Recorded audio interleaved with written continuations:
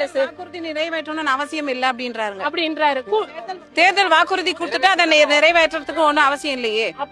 அப்படி ஒண்ணும் பண்ணணும்னு இல்லையே.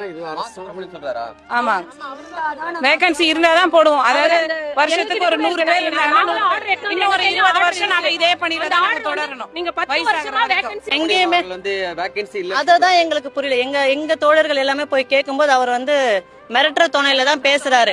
எங்களுக்கு மா சுப்பிரமணியம் அவர்கள் உங்களால முடிஞ்சதை பாத்துக்கோங்க, உங்க போராட்டத்தை நீங்க பாத்துக்கோங்க, நீங்க 5 மணிக்கு மேல நீங்க இருந்தீங்கன்னா எங்க போர்ஸ் நாங்க இறக்குவோம்.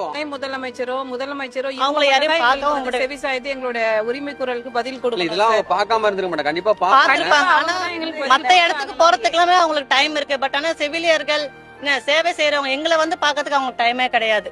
இப்ப ஒவ்வொரு ஆளையும் ஒவ்வொரு டைரக்ஷன்ல விடுவாங்க. ஏன்னா நீங்க ஒன்னா விட்டாதான் கேதர் ஆகி ஸ்ட்ரைக் பண்ணுவீங்க. நாங்க ஒவ்வொரு டைரக்ஷன்லயும் விடுவான்றாங்க. இப்ப லேடிஸ் இந்த நேரத்துல எங்கேயோ ஒரு ஈஸியார் எங்கேயோ ஒரு இடத்துல விட்டா இவன் அது அவங்களுக்கு ஈஸியா கூட தெரியாது அந்த இடம். ஏன்னா அவங்க வேற டிஸ்ட்ரிக்ட்ல இருந்து வந்தவங்க. மகளிருக்கான ஆட்சி பேர் தான் மகளிருக்கான ஆட்சியை தவிர அந்த மகளிர்களுக்கு ஒரு சேஃப்டியும் கிடையாது. வாக்குறுதி கொடுத்தா நிறைவேற்றணுமா அவரு கேட்கிறாரு.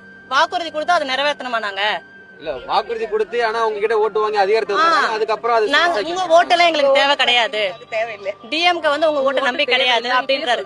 ஒரு மிரட்ட தோணிலேயே தான் அவர் பேசுறாரு. பாருங்க, ஒரு ஆடியோ போடுறேன்.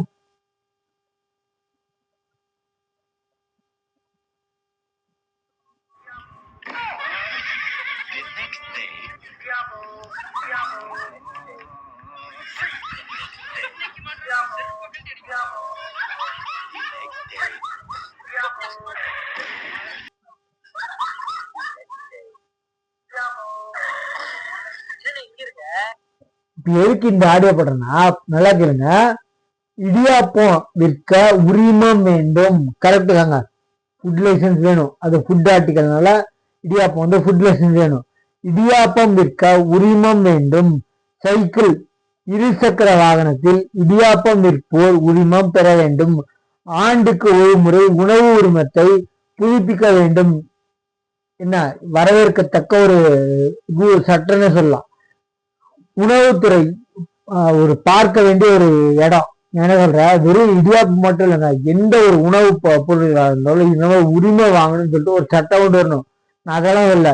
எதுக்கு இந்த இடியாப்பத்துக்கு மட்டும்? இந்த இடியாப்பம் ஒரு காமெடி வந்ததுனால பெருசு பண்றீங்களா, இல்ல இதை வச்சு அது ஓட்டு கேட்குறீங்களா? இன்னும் புரியல. இது பாருங்க, பர்டிகுலரா அது இருக்கிறதே ஃபுட்டு. என்ன ஃபுட்டு கீழே தான் வருது, அந்த டிபார்ட்மெண்ட் கீழே வருதுனால உணவு பாதுகாப்புத்துறை என்ன பண்றீங்க?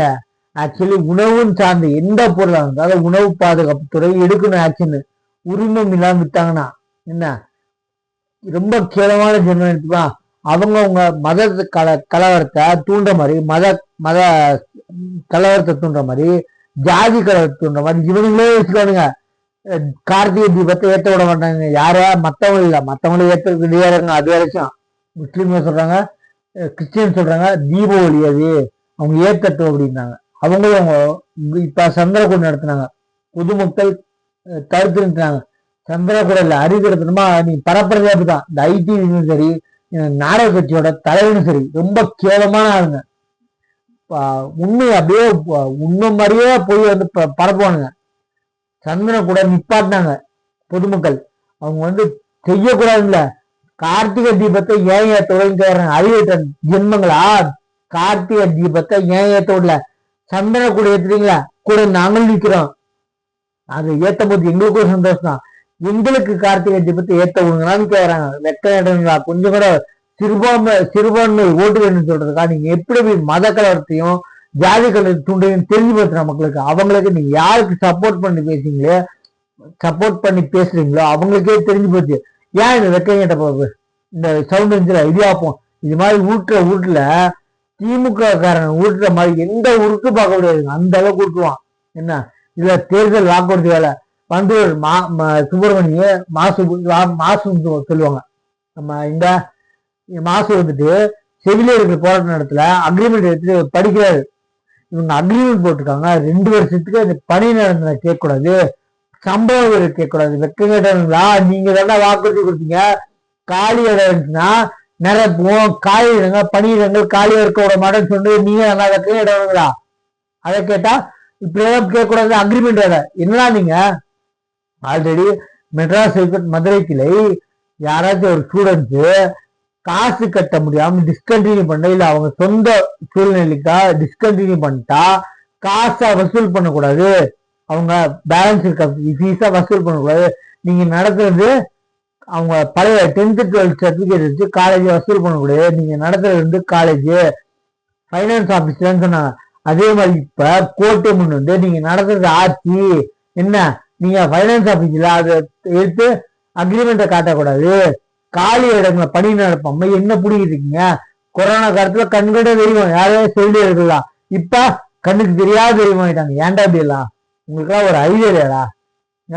நான் கேக்குறேன், கெட்டாருக்கு திட்டாங்கடா, வெளிப்படையா திட்டாங்க, என்ன பண்ணிக்குவா முடிஞ்சு உனக்கு எஃப்ஐஆர் போடுவா, அரெஸ்ட் பண்ணிக்கோ அப்படின்ட்டாங்க. அவ்வளவு கேளாம போறீங்கடா. என்ன அந்த நாடக தலைவர் வந்து பொய் வதந்திகளை பரப்பாதிகள் பதிவு போடுறேன் வெக்க கேட்டேன்.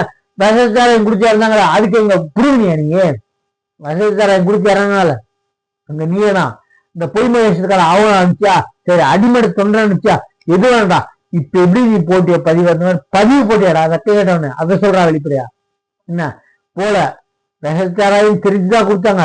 அது கேக்குறான், இந்த ஒரு சொட்டமண்ட பேசின அதிமுக வேற இவங்கள கொழுப்பு யாரு தூய்மை பின்னாருக்கு கொழுப்பு எடுத்து உட்காந்துருக்காங்க நடு ரோட்ல.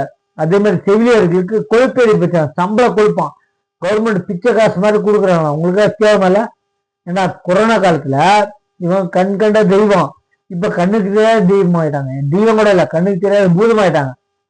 கேளுமா இல்ல உங்களுக்கு இந்த வாரம் சொல்றேன், எழுதி வச்சுக்கோங்க. 2026 எலெக்ஷன்ல இப்ப இருக்க கரண்ட் எம்எல்ஏ கொளத்தூர் தொகுதியிலயோ கேப்பாக்கு தொகுதியில யாரு கரண்ட் எம்எல்ஏ இருக்காங்க, டெபாசிட் கூட எந்த தொழில் வாங்க மாட்டாங்க, நல்லா பண்ணிடுவாங்க. அதே மாதிரி காசுக்கான பொருளை வாங்கிட்டு ஓட்டு போடாதீங்க. அந்த தைரியத்துல அந்த மெதப்புலதான் இருக்காருங்க. ஏன் தமிழ்நாடு இவனுங்க மெதப்புல விட்டது தெரியலையா? சின்னமணி வந்து அது மழை தண்ணி இல்லையா வெள்ளம் இல்லையா, மழை ஜாஸ்தி பிடிச்சா எக்ஸ்ட்ரா தண்ணியா வெட்டிட்டவங்க அம்மா லாபம் இல்லையா. கேளுமா இல்ல உங்களுக்கு உங்களை திட்டாம வீடியோ போகணும்ல. நம்ம சேனலை சப்ஸ்கிரைப் பண்ணி பாருங்க. தெரியும் வாக்குறுதி நிறைவேற்றணும்னு அவசியம் இல்ல அப்படின்றாரு. தேர்தல் வாக்குறுதி கொடுத்துட்டு அதை நிறைவேற்றத்துக்கு ஒண்ணும் அவசியம் இல்லையே, அப்படி ஒண்ணும் பண்ணணும்னு இல்லையே. ஆமா, வேகன்சி இருந்தாதான் போடுவோம். அதாவது வருஷத்துக்கு ஒரு 100 பேர் இன்னும் ஒரு 20 வருஷம் நாங்க இதே பணியில தான் தொடரணும். எங்கேயுமே அததான் எங்களுக்கு புரியல. எங்க தோழர்கள் எல்லாமே போய் கேட்கும்போது அவர் வந்து மிரட்டுற துணையில தான் பேசுறாரு. எங்களுக்கு மா சுப்பிரமணியம் அவர்கள் உங்களால முடிஞ்சதை பாத்துக்கோங்க, உங்க போராட்டத்தை நீங்க பாத்துக்கோங்க. நீங்க 5 மணிக்கு மேல நீங்க இருந்தீங்கன்னா எங்க போர்ஸ் நாங்க இறக்குவோம். முதலமைச்சரோ அவங்களை யாரையும் பார்க்கவும் செவி சாய்த்து எங்களுடைய உரிமை குரலுக்கு பதில் கொடுக்கணும். இதெல்லாம் பார்க்காம இருந்திருக்க மாட்டேன், கண்டிப்பா பாத்துப்பாங்க. ஆனா மத்த இடத்துக்கு போறதுக்கு எல்லாமே அவங்களுக்கு டைம் இருக்கு. பட் ஆனா செவிலியர்கள் சேவை செய்யறவங்க எங்களை வந்து பாக்கிறதுக்கு அவங்களுக்கு டைமே கிடையாது. இப்ப ஒவ்வொரு ஆளையும் ஒவ்வொரு டைரக்ஷன்ல விடுவாங்க. ஏன்னா நீங்க ஒன்னா விட்டாதான் கேதர் ஆகி ஸ்ட்ரைக் பண்ணுவீங்க, நாங்க ஒவ்வொரு டைரக்ஷன்லயும் விடுவான்றாங்க.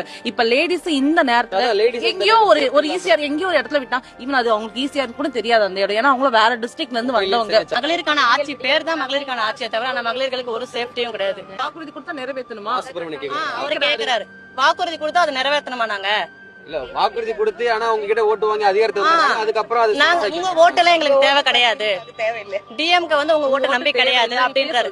ஒரு மிரட்ட தோணையிலேயே தான் அவர் பேசுறாரு.